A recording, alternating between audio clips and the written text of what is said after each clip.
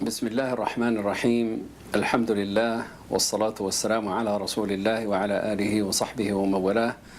Dear brothers and sisters in Islam, Assalamu alaikum wa rahmatullahi ta'ala wa barakatuh, and welcome to a new episode in our series Ramadan Reminders. Insha'Allah ta'ala, in this episode we'll be covering the importance of an-niyyah, the intention, and we'll see how important it is for any of the acts of worship, but especially in the act of worship of our subject, fast in the month of Ramadan and fasting in general. Please stay tuned with us, inshallah, as we continue our program.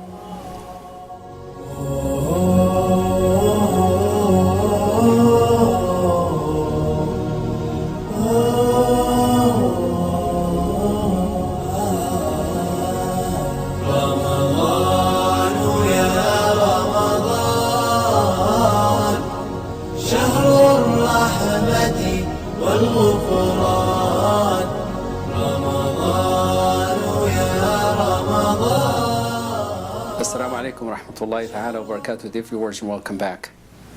The intention is a very important pillar of any of the acts of worship Allah subhanahu wa ta'ala mandated upon the sons of Adam.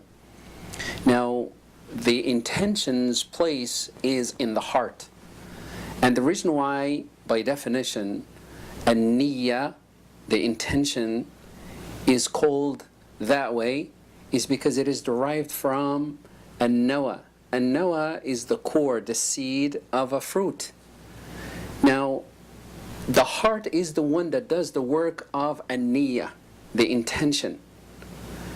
The heart in of itself is not the physical heart that we know of, sitting in our left side of the body, in our chest, but rather the spiritual heart. And the spiritual heart is inside the physical heart that we know of.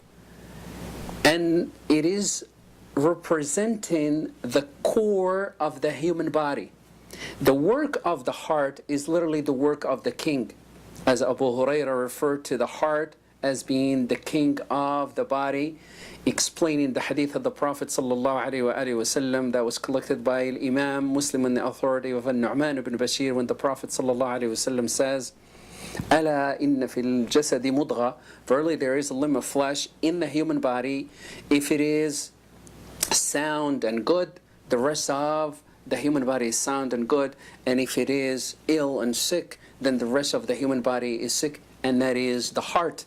With that being the case, the work of the heart is the intention. This is one of those works of the heart. Also, the sincerity, the purity when it comes to the acts of worship that needs to be sincerely done for the sake of Allah subhanahu wa ta'ala. All of these are works of the heart. Now, the intention is extremely important for us to understand that it is situated in the heart, not in any of the limbs of the body. In other words, should we, for instance, say, I intend with our tongue, with our statement, I intend to do so and so, to fast, to pray, that is an innovation in the religion of Allah when it comes to the practicality of how to go about the intention. Rather, the intention is the work of the heart. Now, Allah subhanahu wa ta'ala put al-Islam and made it founded on 5 pillars. The belief in of itself is also founded on 3 pillars. Any belief, right or wrong, any belief is founded on 3 pillars. One is the conviction in the heart. The conviction in the heart breeds and gives out an intention. Whatever is a conviction is translated, and it brings about an intention. And that intention is translated usually by both statement of the tongue. Whenever a person speaks, he speaks of what is already residing in the heart, what is a conviction in that heart, and what the intention is set to be in the heart. It is usually translated by the tongue. Also, the third pillar is the actions of the body. So you have a conviction of the heart, the first pillar. Second one is a statement of the tongue, and also action of the body. And that goes to explain the importance of the intention when it comes to fasting the month of Ramadan, our subject. The intention of fasting the month of Ramadan is extremely important. Important in a sense that without the intention, the act in of itself is not valid. Why? Because the intention always comes before any of the acts of worship in general, but especially when it comes to fasting the month of Ramadan. And we will come inshallah ta'ala to explain and elaborate on that extensively. But when it comes to the intention in of itself, it is extremely important to put it before any of the acts of worship. When it comes to fasting in general, the intention makes a distinction between what type of fasting are we fasting. Is it mandatory fasting, or is it a voluntary fasting?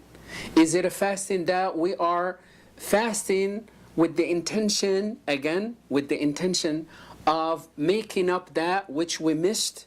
For instance, those who miss fasting some of the days of the month of Ramadan because of traveling or because of sickness, they are to make up those days that they missed outside the month of Ramadan. How do you decide which is which when you're looking at just one individual or two of them that are fasting? Their fasting look the same. But what makes a distinction between a mandatory fast or a voluntary fast? Or for that matter, those who do fast for a dietary intention, those who are following some type of diet, whether that is a medical diet that is prescribed by the doctor, or if it is in the case of those who go through a diet for the purpose of losing some weight for health reasons.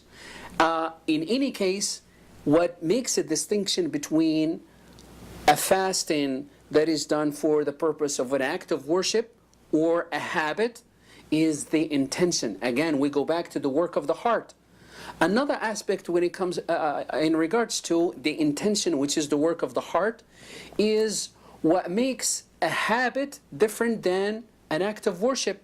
When it comes to some of the habits that we are used to doing, for instance, eating and drinking, those are things that natural with those who believe and those who don't believe, those who do it for intention of a diet, or those who do it for the intention of acts of worship. The intention can get the individual more reward should he or she multiply the purpose of intentions. In other words, when it comes to drinking and eating, you can make multiple intentions for one simple act. How is that possible? I intend from my eating and drinking to get healthy, to worship Allah better, to perform my acts of worship better. 1.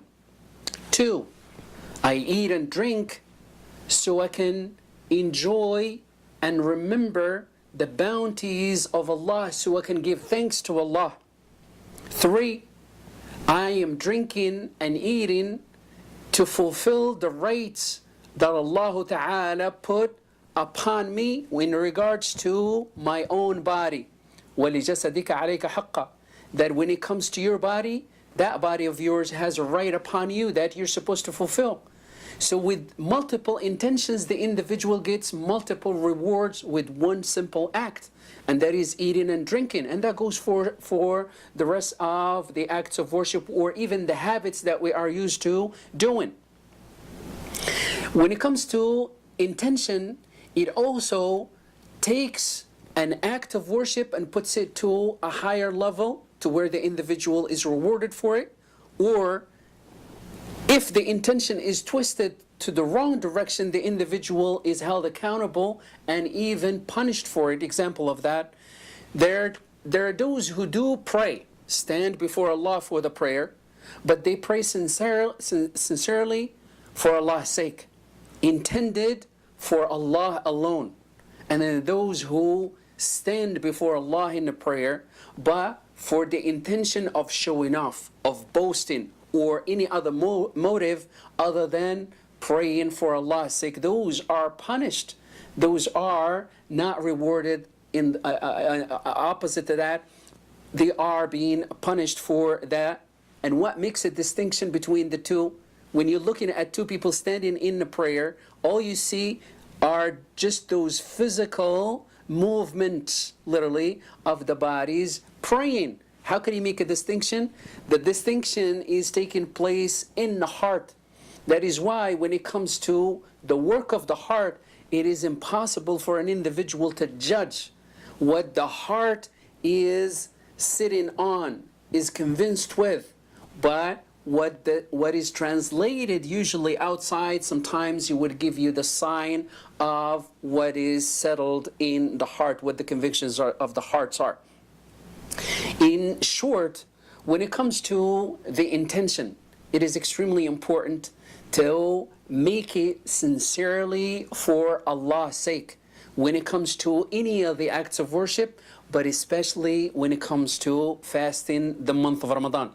Now, when it comes to fasting in of itself, it is broken off to two types of intentions in regards to fasting. When it comes to fasting, that which is mandatory, and that case is only for Ramadan. Allah Ta'ala made mandatory only, fasting mandatory is only in the case of the month of Ramadan. For that, the intention has to be also mandatory. Why is that? Because when you have a mandatory fasting, it has to have a foundation that is also mandatory. And the foundation for a mandatory fast has to be a mandatory intention. In other words, it is not there is no flexibility when it comes to fasting the month of Ramadan with an optional intention. Well, I'll probably fast and I probably won't fast. That will not work. Rather, the fasting of the month of Ramadan being a pillar of Islam makes it a mandatory act of worship to be fulfilled. Therefore, the intention has to be also mandatory in that case.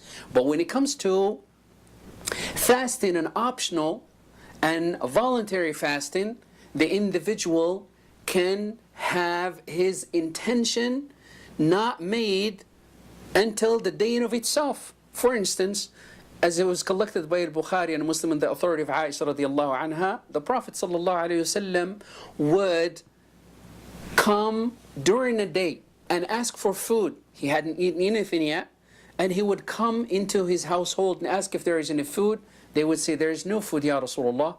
And he would say, he would intend from that point out to fast that day, although it's already daytime. But when it comes to fasting the month of Ramadan, it has to be, the intention has to take place the night before, even if it is just a few minutes prior to starting the fasting of the day, which is right around Fajr time.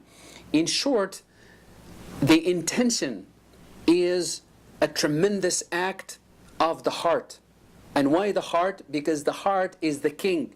And without the intention of the heart, the actions of the limbs are of no value in the eyes of Allah, unless if those actions are directed towards the right direction, that is the direction of righteous deed. Allah subhanahu wa ta'ala ended Surah Al-Kahf by saying, and as for those, فَمَنْ كَانَ يَرْجُو لِقَاءَ رَبِّهِ, as for those who intend to meet with their Lord, let them do righteous deed.